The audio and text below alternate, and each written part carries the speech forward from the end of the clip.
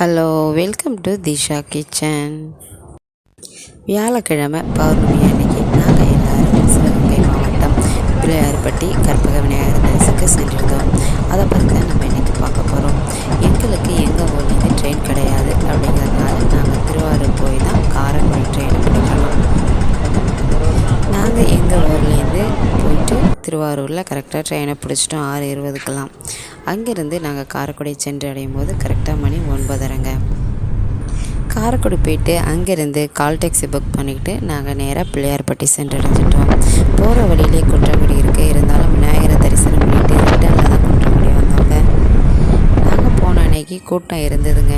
ஏன்னா அன்றைக்கி வியாழக்கிழமை பௌர்ணமி அப்படிங்கிறதுனால கோடி அர்ச்சனை செஞ்சாங்க. நாங்கள் அந்த கோடி அர்ச்சனையிலையும் கலந்துக்கிட்டு நல்லா அழகாகவே தரிசனம் பண்ணிட்டோம்.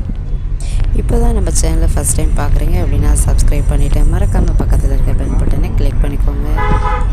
நீங்கள் திருவாரூர், நாகப்பட்டினம், மாயவரம் இந்த சரௌண்டிங்கில் இருக்கீங்க அப்படின்னா தாராளமாக இந்த ட்ரெயினை நீங்கள் சூஸ் பண்ணிக்கலாம். ஏன்னா காலையில் 6:30 மணி 6:20க்கு எடுக்கிறாங்க, அங்கே 9:30க்கு போயிடும். திரும்ப அதே ட்ரெயின் ரிட்டன் ஈவினிங் 6 மணிக்கு கிளம்பி இங்கே 9:30க்கெலாம் வந்து அடைஞ்சிடுதுங்க திருவாரூரை. வீட்டிலே பூவெல்லாம் கட்டி எடுத்துகிட்டு வந்துட்டேங்க. அதனால் இங்கே அர்ச்சனை பை மட்டும் வாங்கிக்கிட்டேன். அந்த பையோட விலை வந்து 50 ரூபாங்க. ஆனால் என்னை பொறுத்தளவு விளக்கு ஏற்றுறதுக்கு நெய்யோ இல்லை எண்ணெய் நல்லெண்ணெய்யோ நீங்கள் போதுமான அளவு வீட்டிலேருந்தே கொண்டு வந்துடுங்க. இங்கே விற்கிறது அந்த அளவுக்கு சுத்தமானதாக இல்லை. பிள்ளையார்பட்டி கோயில் வாசலை கிட்டத்தட்ட நெருங்கிட்டோங்க.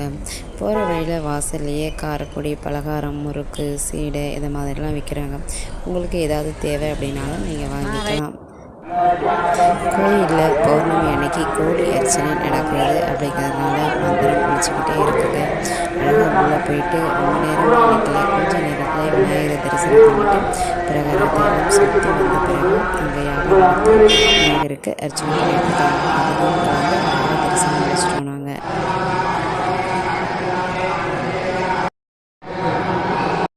இப்போ நீங்கள் பார்த்துட்ருக்கிற இந்த இடம் தாங்க விநாயகருக்கு கோடி அர்ச்சனை செய்யப்படுகிறது. அங்கே பாருங்கள், உள்ள விநாயகர் அழகாக சிறப்பாக பூஜை பண்ணிட்டு தீபாவளி காட்டுற நேரத்துக்கு அங்கே தீபமும் தொட்டு கும்பிட்டு பிரசாதமும் வாங்கிட்டோம். பிள்ளையார்பட்டியிலேருந்து கொஞ்சம் தொலைவு ஒரு 5லேருந்து 7-8 நிமிஷத்துக்குள்ளேயே நம்ம வைரவம்பட்டி அப்படிங்கிற இந்த இடத்துக்கு வந்துடலாம்.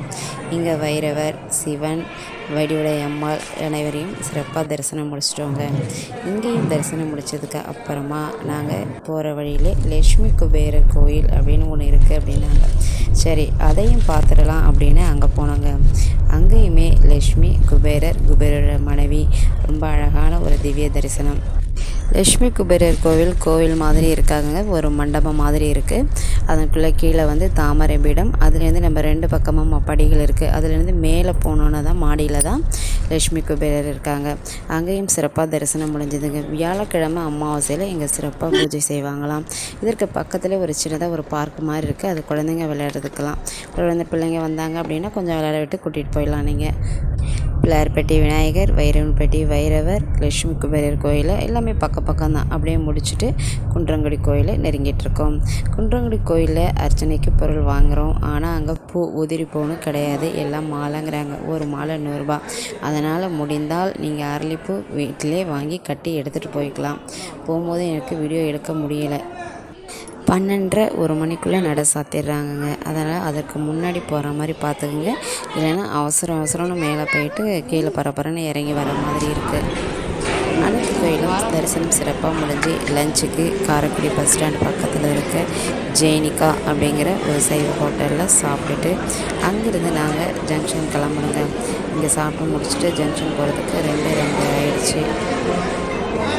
2 ஃபுல் மீல்ஸு, 2 ஃப்ரைட் ரைஸு, ஒரு கோபி மஞ்சூரியன், அவ்வளோதாங்க. அதனோட விலை 460. பரவாயில்ல, நார்மலாக எல்லா ஹோட்டலும் இருக்கிற மாதிரி தான். எல்லா வேலையும் முடிச்சுட்டு நாங்கள் ஜங்ஷன் சரியான மழை, மழை கரெக்டாக ஒரு 1.5 மணி நேரத்துக்கு சரியான மழை. ஜங்ஷனில் அப்படியே கொஞ்சம் ரெஸ்ட் எடுத்தாச்சுங்க. காலைல வந்த ட்ரெயின் அங்கேயே தாங்க இருக்குது. அதே ட்ரெயின் தான் 6 மணிக்கு ரிட்டன் எடுக்கிறாங்க. அதனால் 4 மணிக்கு மேலே தான் டிக்கெட் கொடுப்பாங்க. டிக்கெட் வாங்கிட்டு ட்ரெயினில் போய் உட்காந்து வீட்டுக்கு வரத்துக்கு திருவாரூர்லேருந்து இறங்கி ஆட்டு பஸ் பிடிச்சி வீட்டுக்கு வரத்துக்கு கரெக்டாக 11 மணிக்கிட்ட ஆகிடுச்சுங்க. தேங்க்யூ ஃபார் வாட்சிங்.